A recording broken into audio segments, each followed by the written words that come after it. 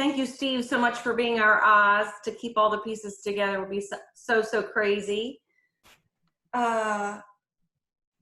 Jennifer, how you feeling? This is like, my sister's name is Jen, so it's like the Rachel and Jen show. I've been doing this for years. You excited? Absolutely. All right. So thanks for joining us. We're going to have Erica on here in just a moment. At the end, we are going to talk a little bit about our upcoming 5th annual Happy Hour with a Purpose and how we're going to try to make that work in these virtual times. And everyone will have an opportunity, if you have something that you'd like to share about what's going on in your world, events, or anything you want to share, there'll be time at the end. So without further ado, we'd like to introduce Erica, and she's going to talk to us today. And imagine. Hi. Good morning. So Erica, thank you so much for joining us in our virtual world. And I'd love for you to tell us a little bit about yourself. Sure. Well, first of all, thank you all so much for having me. My name is Erica Ingram. I'm a registered dietitian and nutritionist, and I work for the Prince William County Area Agency on Aging. I provide nutrition education, nutrition counseling, and menu analysis for our 2 senior centers in Prince William County, located in Woodbridge and Manassas. Awesome. Well, thank you for joining us.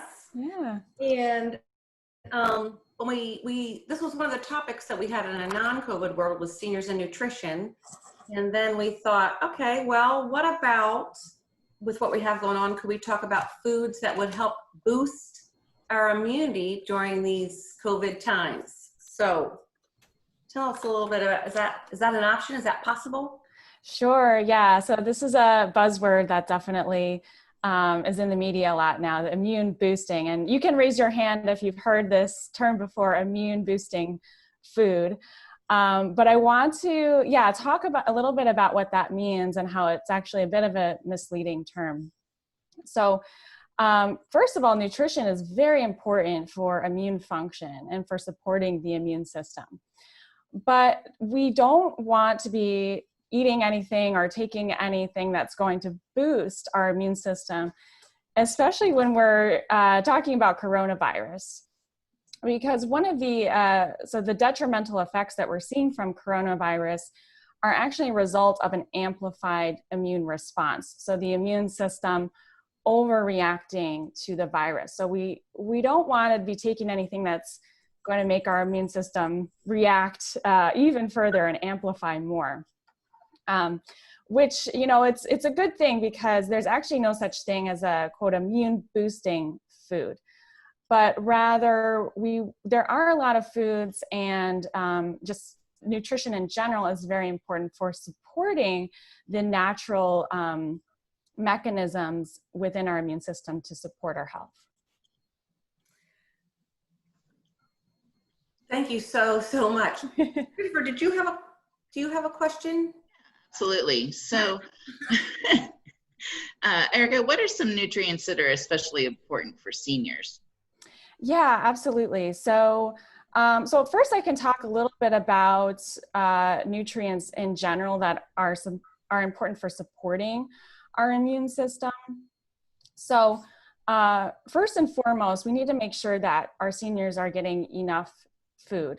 So enough energy, enough calories coming in to support the basic functions of the immune system. So before we can really even get into specific nutrients, we just need to make sure that our seniors are getting enough. And there's a lot of reasons why older adults are at risk for malnutrition. So that's definitely a priority within our program. And we want to make sure that older adults are getting the food and energy that they need. So, and I actually have a slide on this, a visual, if you wanted to show it, but it's Maslow's hierarchy of needs.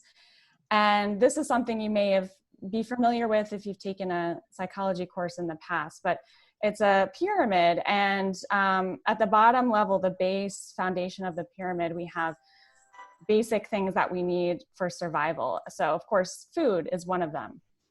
So it's just a visual to show us that we need to make sure our seniors are getting enough food first before we can look at specific nutrients. So then once we make sure that our seniors are getting enough nutrients, we can kind of hone in on a few nutrients that are especially important for immune system function. So one of them is protein. So protein is one of our three macro. Oh yeah, thank you. That's just this is a visualization there. So you can see on the bottom, we have our food and water and things like that. So once that need is met, then we can kind of move up the pyramid and focus on other things. So just some key nutrients for our immune function. Protein is one of them. Older adults tend to process proteins less efficiently. So generally speaking, the protein needs of older adults are going to be a bit higher than a younger adult. Yeah.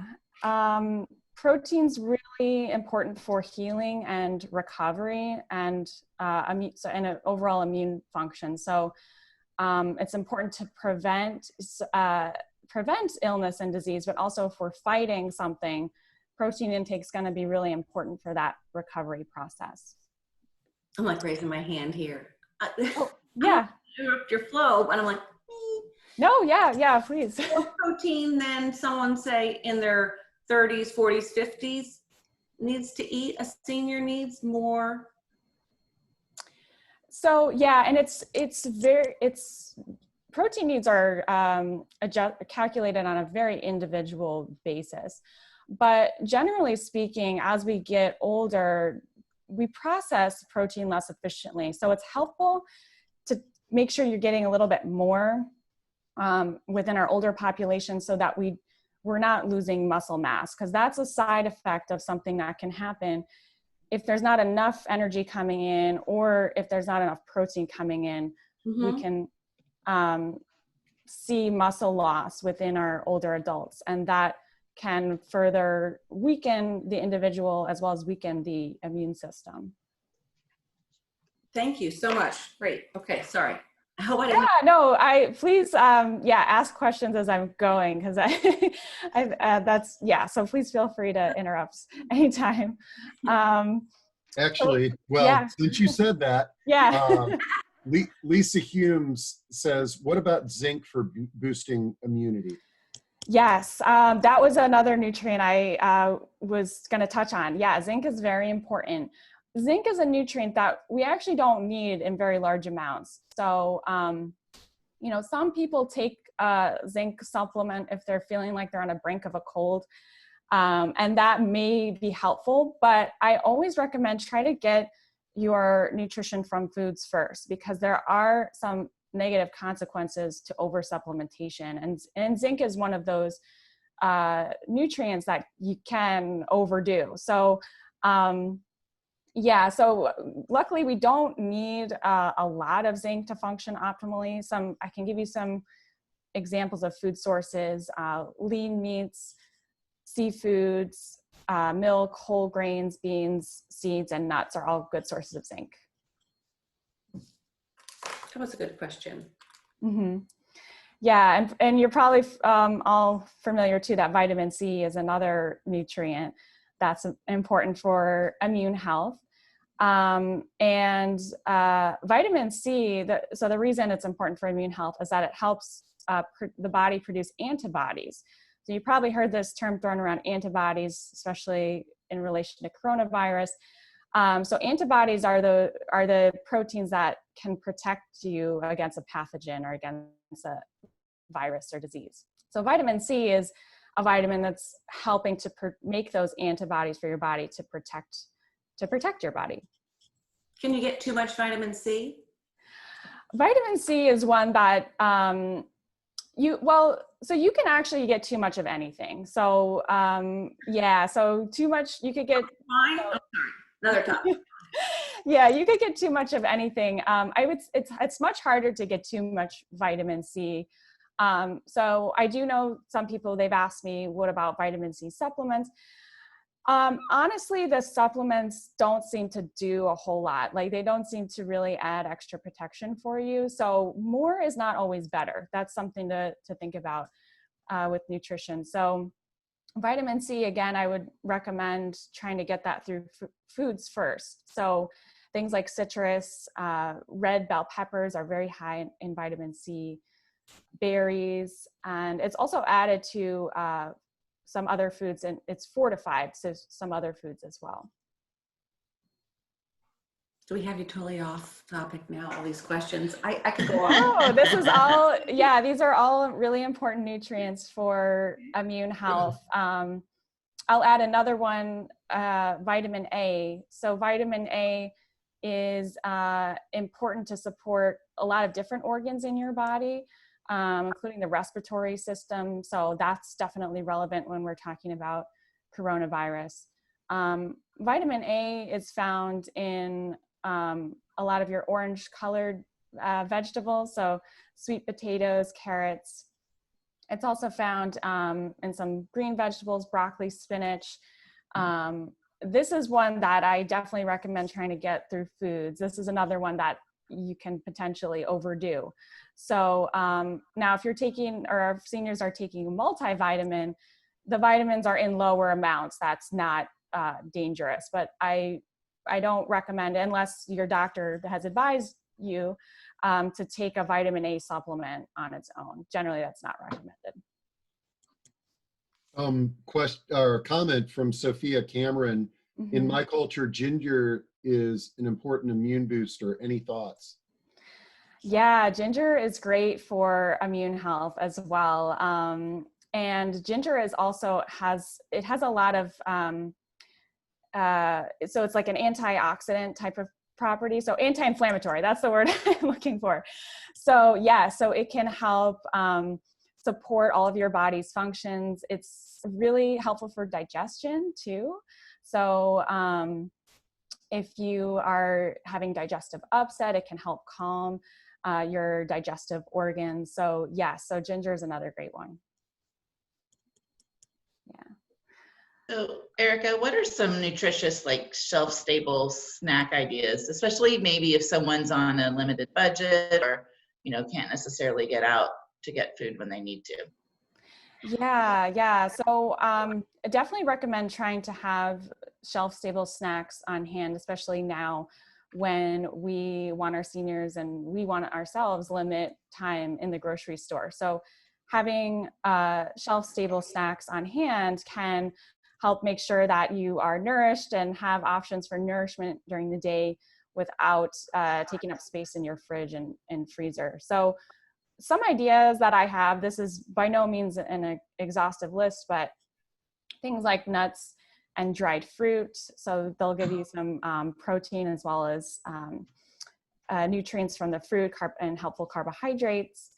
Roasted chickpeas, jerky, meat jerky or vegetarian jerky, protein bars and shakes. You can get things like canned tuna or salmon and have that to put on some crackers for protein rich snack. So, and these are all things that don't require refrigeration. Erica, Barbara Stolman asks, are you familiar with the Eat Right for Your Blood type? And if so, your thoughts, please. Yeah, I am familiar with that. So it's not scientifically validated. So it's not an evidence-based approach to nutrition. And the issue that I take with a diet like that and some of the other more quote fad diets out there is that they may set you up for some restrictions that you don't need to take. So for example, it might tell you that for your blood type, you shouldn't be eating X, Y, Z. So it leads you to potentially cut out some foods then that could, again, really help your overall nutrition. So with diets like that, I just think it's important to think about, are you cutting out too many foods. And as a result, is your overall health and nutrition suffering from that? So I'm not saying it's good or bad. If it's something that you find is working for you or you like doing it, then that's totally fine. But I would be cautious about a diet that tells you what you should and should not eat based on your blood type. It's not something that that is validated through science at this point.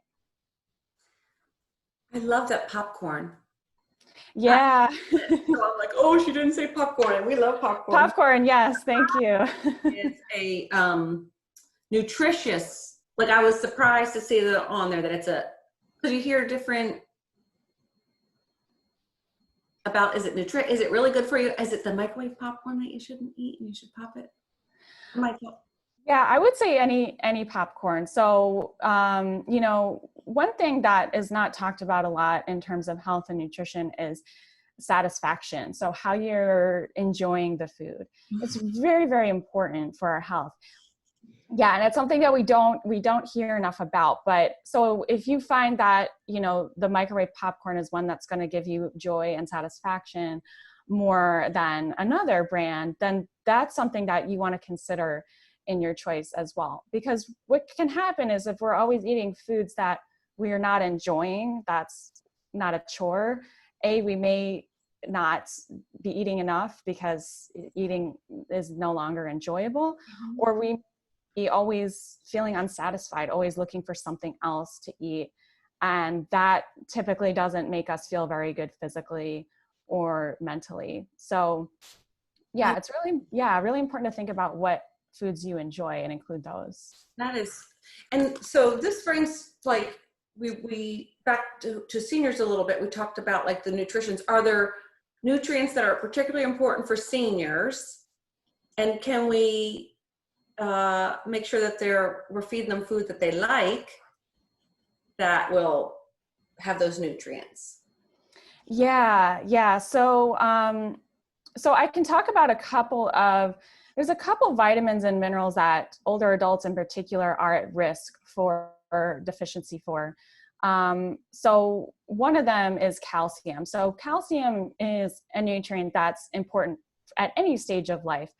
But as we get older, our absorption and ability to take in that and extract the calcium from food declines. So the calcium needs generally increase as we get older, especially for women. So calcium, as we know, is very important for bone health, but also plays a critical role in our nervous system function and muscle contraction.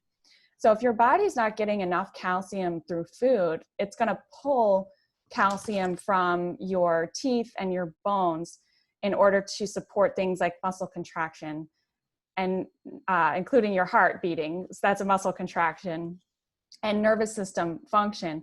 So because to your body, those are more of a high priority than your bones. So as we get older, that puts us more at risk for things like osteopenia and osteoporosis. So we want to make sure that we're getting enough calcium in so that our body's not having to pull reserves from the bones. Another important nutrient for older adults is vitamin D. I'm sorry, can we feed Yeah.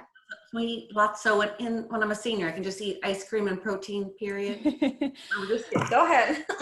Yeah, well, that's important to point out that, ice cream is something that we quote here as like a bad food, right? But yeah, ice cream does have calcium in it. Calcium is important for all of us and for older adults. So that is a good point. It shows us that there's really no quote good or bad foods. We can include all of the foods that we like because they're all giving us nutrition. So yeah, so ice cream can definitely be included in your overall diet, as well as other sources of calcium. So things like yogurt and cheese. And if you're lactose intolerant, there's a lot of plant-based sources of calcium as well. Dark green leafy vegetables are good sources of calcium. Canned fish, especially with the bones in them, those are very high in calcium. Some older adults may take a supplement for any kind of supplementation, I always recommend talking with your doctor first, because they want to make sure that there's not going to be an interaction with a medication that you may be on. So supplementation for calcium is also an option. Okay. And I'm sorry, I got you off track. Oh, yeah, Erica. Yeah, I don't want to get you off track either. And I know you've got some other slides here, so you just let me know if you need me to advance them. And I wanted, this is a question that came up several years ago when we ran a forum of home care agencies. And what came out of it was how the caregivers are wonderful cooks, but they may be skilled at cooking for their culture and not necessarily for the client. And I'm wondering, and again, I hope this is a question, if you don't know the answer, or if you don't have a resource, that's okay. But if, are there like training programs for caregivers to sort of learn how to cook? And can you sort of modify, let's say, the standard meat and potatoes diet to be healthy for an older adult? Yeah, that's a great question. In terms of programs, I'm not sure, but that would be, I think, a good business idea if anybody wants to start Hey, something. we're all into entrepreneurship here, yeah. Yeah. Yeah, but I think that there's definitely always ways to tweak recipes and things. So I think it goes back to what the older adult enjoys. So talking with them about foods that are important in their culture. And because again, food it's not just fuel. It's not just the individual calories and nutrient numbers that are important. It's the enjoyable experience that's important, and the memories that maybe it evokes for those individuals. So yeah, so I think there definitely are ways to tweak and, substitute and add different ingredients to make it more culturally relevant for the individual. Great. Yeah. Do you want me to advance any of the slides here? Yeah, so just a couple, so the food insecurity statistics there that I have there, I just wanted to include some statistics to highlight the problem of food insecurity within our nation, but also within Prince William County. So I just have a couple of statistics there that I think are important to note, because I think a lot of the time when we talk about nutrition as a culture, we tend to get very focused on individual nutrients.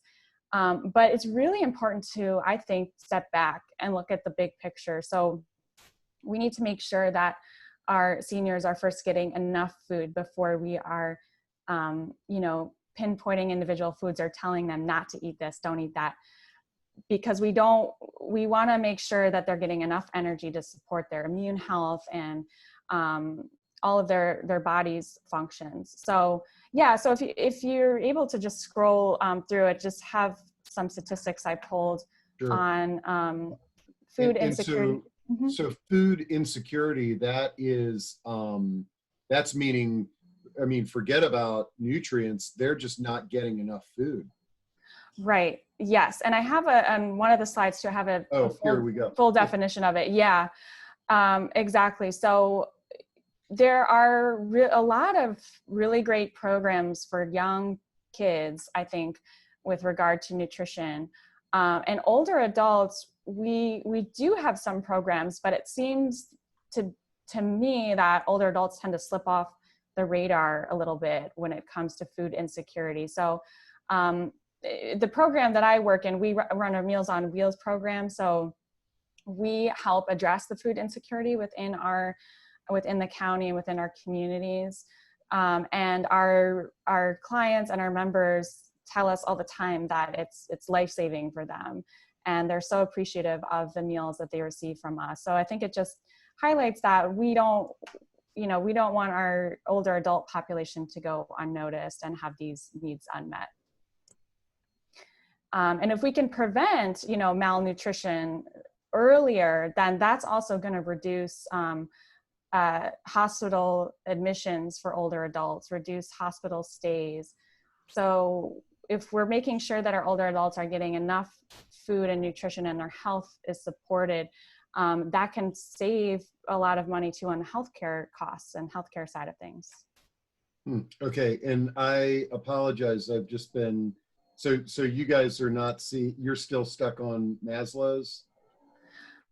Are you seeing, Oh, yeah. are you seeing food assistance organizations? No. Oh, okay. All right. Let me just quickly take care of this. Okay, keep on talking and I'll get those other, I'll get this up. I'll get the slides up.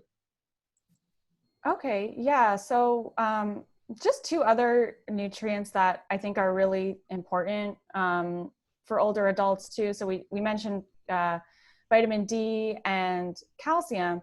Vitamin B12 is another nutrient that our absorption declines with age. And this is a big one because it's really important for cognition and memory. So, and it also, with certain medications, can decrease absorption further. So one medication is metformin, which is a very common diabetes drug. So many people are on that.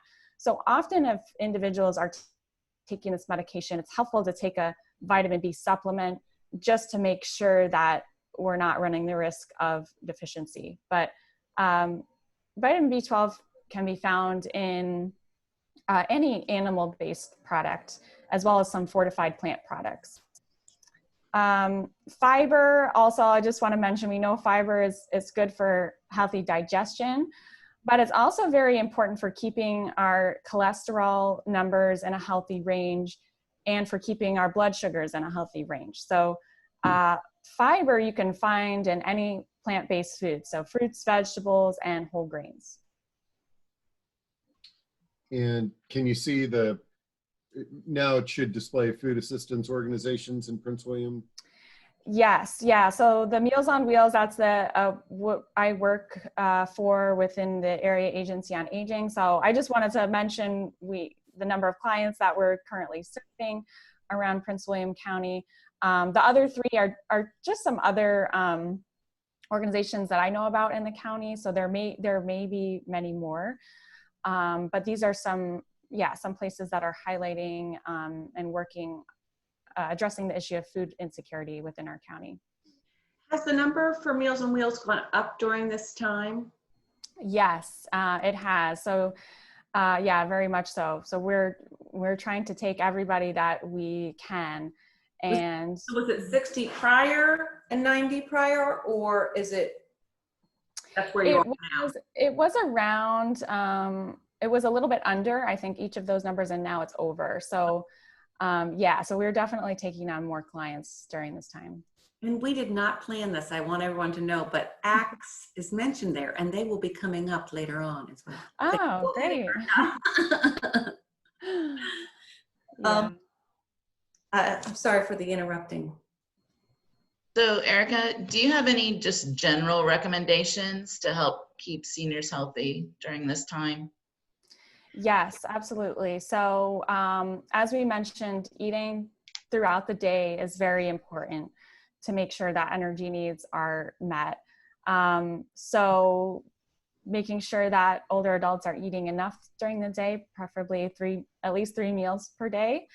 Hydration, staying hydrated. As we get older, the thirst mechanism, or that feeling of thirst, goes down a bit too. So it's easy for older adults to forget to drink water because they're not feeling thirsty necessarily. So encouraging older adults to drink throughout the day, carry a water bottle around with them, or always have a water bottle beside them is a good idea. Finding a way to move their bodies in a joyful and pleasant way. So some things like chair yoga or walking, stretching, some way that they're moving their body is really important for digestion, for circulation, for mental and physical health. And lastly, reducing stress and creating a self-care routine is critical, especially during the time we're living in now. It's very stressful for older adults. They are isolated from friends and family and children and grandchildren. So making sure that they have a plan in place to take care of themselves, whether that be through relaxation exercises, prioritizing sleep. So making sure that there's things that they're doing for fun built into the day too. These are all like great recommendations. Steve, does anyone have any questions? No, I think we're pretty good. I mean, you really addressed a lot of topics. Of course, if anybody would like to ask a question, as we kind of transition from the presentation portion of this, just raise your hand or type it into Q&A. But our queue for Q&A is clear right now. Okay. Well, Erica, I'll chat for a minute, see if anyone does, and say thank you so much for being here and for sharing all this great information and sharing that ice cream popcorn are good things. You can see my priorities. Jennifer, what was your favorite thing to hear? Oh, that ice cream is also allowed. So. Yes. Yeah. Well, thank you so much for having me. I really appreciate it. Have a great day. Thank you. You too. Thanks, Erica. Steve, I'd love to see if we can have Sophia join us. She's going to talk a little bit about our 5th annual Happy Hour with a Purpose, which is to benefit ACTS. All right. Let me find her in the queue here. So Sophia Cameron. Yes, Sophia Cameron. Okay. All right. I am bringing her over. That's still going to happen, and that was not planned at all with Erica that she showed ACTS as food services for seniors in Prince William County, but that worked out great. There she is, Sophia. Hi, good morning, everyone. Good morning. Good morning. Yes, well, yeah, it is wonderful and very timely that the ACTS was mentioned because for those that are familiar with the program, each year in celebration of the anniversary of the Prince William Senior Resource Group, we hold a fundraiser to support a nonprofit in the community. And this is our fundraiser is ACTS. And what ACTS really stands for is Community Service. And that organizations around the years really committed to members of the community, Prince William County and other communities. They have a bunch of different services. They have housing for community, domestic violence, suicide, but our fundraiser this year is going to support 2 specific senior programs.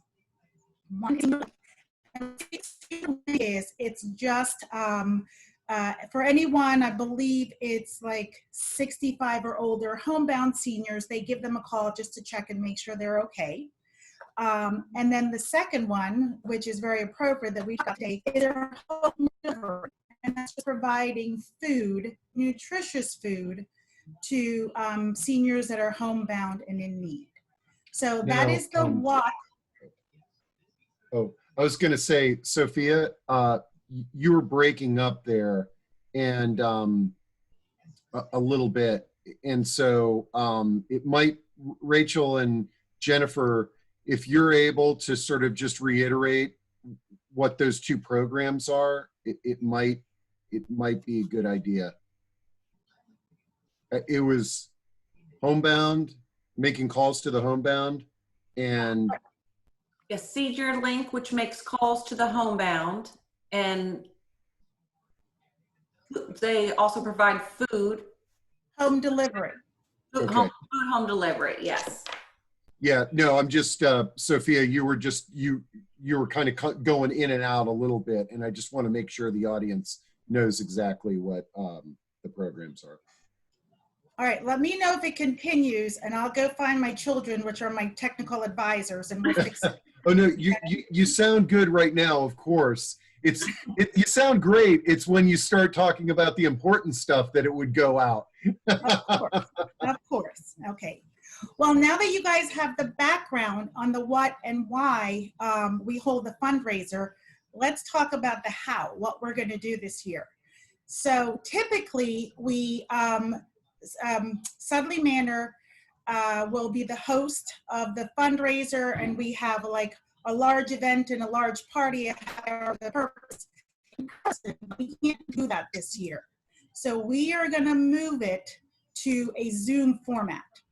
So the date of the fundraiser will be September 9th. The time is going to be determined by some poll questions that you'll get shortly. Repeat the date. You cut out right at the date. Yeah.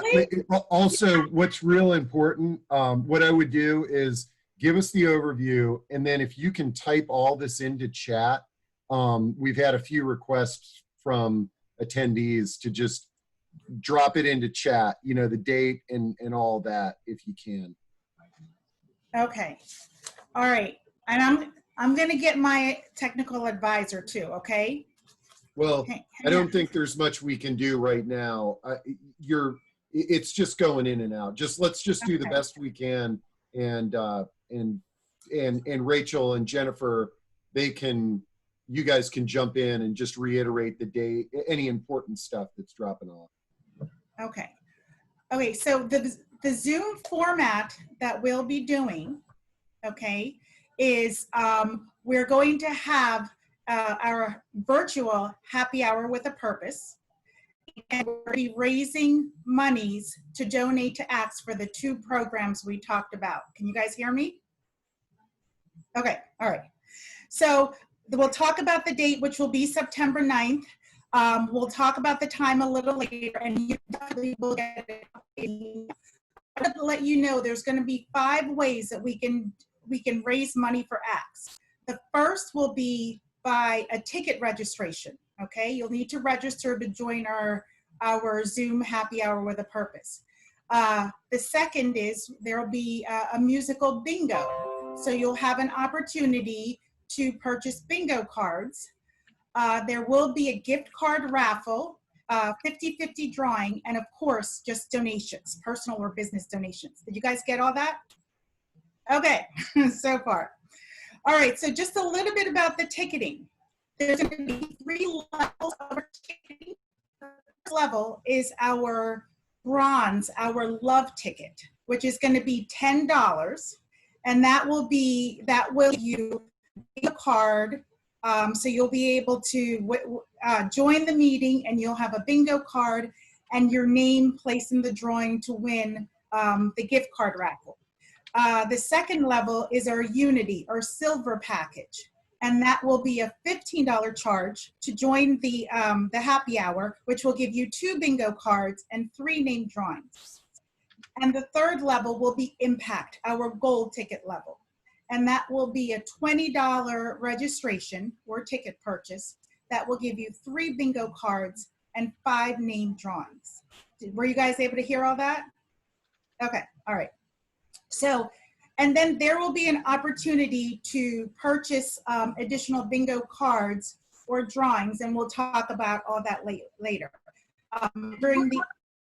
We'll send this out too. This isn't the only time, yeah. Mm-hmm. Right. You know, you need to be present to win the prizes, but if you guys wanted to make a donation just on your own, you're more than welcome to do that. Again, these monies are going to ACTS to support these 2 specific senior programs that we have. In the past, we've always had a signature cocktail, and we will have a signature cocktail to be revealed later on at our happy hour event, okay? So the most important thing is, how can you help us now? Because we are starting to plan this. The first thing we want you to do is we want to share information with friends and so forth. And now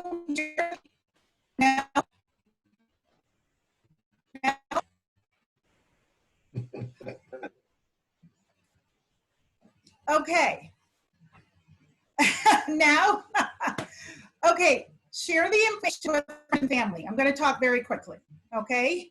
Let them know if they wanted to make a donation, they can donate via gift cards. Also, no, No. So we're going to put some poll questions up there, but Sophia, try again now and see if you're there. I think what you were saying is anyone can donate. You share it with friends, family, anyone can donate. yes. We are also accepting canned good donations, okay, or acts. We're looking for gift card donations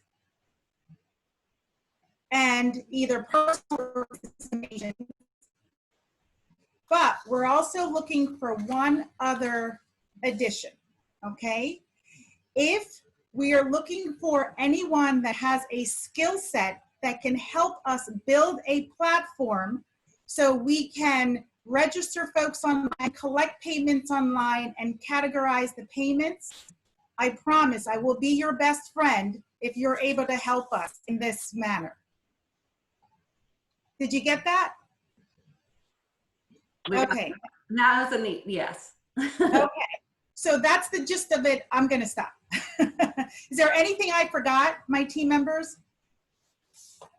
I don't think so. I think you covered it really well. We are going to send it out via an email updating. We do have a few poll questions that I was so busy focusing on Sophia and talking. Did those go out? So yeah, the first one, it's would you be willing to contribute to the fundraiser, donate a gift card or donate via Venmo? You can see here's the there's the results of that. Okay, and one thing, the donating via Venmo wasn't like an either or. We're asking if people would be willing to, when they buy their card or their ticket to the event, are they willing to do that via Venmo or check or cash or credit card? We're trying to figure out ways to have people register. All right. Well, the good news is it looks like everybody's interested in participating and donating. So we'll figure that out. And then I know that you wanted to ask. And throw it in there too. Like I see Nancy said PayPal. So like what ways that they would be willing, because that's part of what we're trying to determine. So I'm trying to, I wanted to get to the other question here. Yeah, Sorry, it's coming. Is it the times? yeah, I was, let me see. I'm not sure why. So I'll just say the world's crazy now and we're not all working like traditional hours, working different times. So we're just trying to figure a great time. Oh, I love that. Doesn't matter what time I'll be there. Okay. That was great, Steve. So the preferred time to start a happy hour, since we're in a whole new world. Great. And so is it a time now? If anyone has any questions about this, please put them in, and we can. Or they can just raise their hand. Raise their hand. Yeah. Yeah. And if anybody has anything that they'd like to share that they have going on. Sophia, that was great. Even when you were cutting in and out, you look really excited and passionate about what we're doing, and we appreciate that. And information will follow. We will follow up with something written so you can follow along, but we just wanted to introduce it because we are excited about the impact that we can have. Yes. Great. So most people say, doesn't matter what time, I'll be. Yeah, but yeah. But it looks like 5 p.m. was a little bit more than 6 p.m. So, maybe 5:30. There you go. Split the difference. So yeah, I mean, we've got a little bit of time. So if folks wanted to raise their hands, and we can bring them on if you've got a question, if you got a challenge that you're faced with, if you got an announcement that you want to make, and Nancy Garcia says, PayPal, can a business donate via check? And I believe, Absolutely a check. okay. And we'll try to figure out if PayPal or Venmo will be platforms that we can use too. Yeah, so no one's jumping up and down, raising their hands, screaming about how they want to build a platform. Anyone have a college kid home? Yeah. Well, You know, who could figure this out? We would love it. okay. I've got some ideas in that area, so we'll figure it out. Okay, and anyone has anything they'd like to share? This is not, we're marketers, people. Someone's got Yeah. some. Well, while everybody is while we're waiting for somebody to raise their hand, I'll let everybody know that we've got a great pro-aging talk tomorrow at 2 p.m. with Matt Paxton. He's the host of the TV show Hoarders and a new show on PBS called Legacy List. He's an awesome speaker. So if you guys go to proaging.com and you click on the button, you can, or you click on the event calendar, you can RSVP for that. Allegra has raised her hand. Allegra? Hi, everyone. It's Allegra. And I'm from the Millennial 50 Plus Ambassadors of Northern Virginia. We're a volunteer club. So, Sophia, I have a bunch of, we're all millennials. So I will get back to you and let you know how we can help. Also, the business I run is Let's Connect, that we do homebound phone calls as well to seniors. And we are doing performing arts programs now where we're going to be actually performing outside of the assisted livings, going and doing performances where they're in their windows, on their balconies. We can do backyard performances. And my ask today is I have been doing a fundraiser for a low-income assisted living that in Fairfax County that they do not have TVs in their bedrooms. They can't afford TVs. And because of the COVID-19, they're quarantined like most assisted livings. And their normal TVs are in a common room, which they're not allowed to go to anymore. So for, due to isolation, and, I wanted to get them some more entertainment, I have started a GoFundMe to get them TVs. Yesterday, I was able to send out 26 TVs. And if I have 26 more to go, and the whole assisted living will be outfitted for TVs forever on in the future. So I'm going to put the GoFundMe in the chat. If anyone, please share it. I would love to get this group, everyone, a TV, so at least they have something. We're going to do a smart TV so they can use YouTube and go to church online. They can go to mosque or whatever their faith is. You can do so much on YouTube with, exercise and this and that and entertainment. So I will put that in the chat. And if you guys could help share that, and any donation would be helpful. So, and I'll get with you, Sophia, and we can talk about maybe how to help this other charity that you guys have going on too. That's great. Thank you so, so much. And good, 26 TVs. That's amazing. It is fantastic. Mm-hmm. Rachel, I just wanted to mention that we are having our weekly COVID community resource coordination call today at 11. So I did just post the call-in information into the chat if anyone wants to join us. It's basically just a group of housing providers, senior service providers, anyone who really works with seniors. We've been talking about COVID and new regulations and sharing resources. So today we have Dr. Walter Fanberg talking about some of the clinical aspects of COVID. And we also have Deborah Fanning. She's the executive director of Arbor Terrace. No, I think not Arbor Terrace. Arbor something. Arbor Place. Arbor Place. Thank you, Steve. So in Maryland. So she's going to share some of her experiences in dealing with COVID in a dementia-specific community. So that'll be very interesting. Yes. Great. Well, no hands are raised. Do you guys want to wrap things up? Yeah, and thank you so much, everyone, for coming. Let's see. Barbara Stolman, how do we get in touch with Rachel or Sophia? If both of you could just type your emails into chat, that'll solve that problem. Sure, I'll do that. And thank you so much for coming, attending. I wish that I could see everyone and see all your smiling faces. I'm hoping smiling. And thank you, Jennifer, the Rachel and Jen.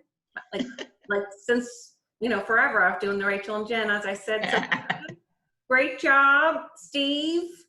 Seriously, couldn't do this Yes. without you. Thank you. Thank you so much, and we'll see you next month. Have a great day, everybody. I'll type that in now. I don't know if that has to happen while we're on. Yeah, I'll wait. I won't end it until it's in there. All right. Have an awesome day. Thank you. Bye-bye. Bye.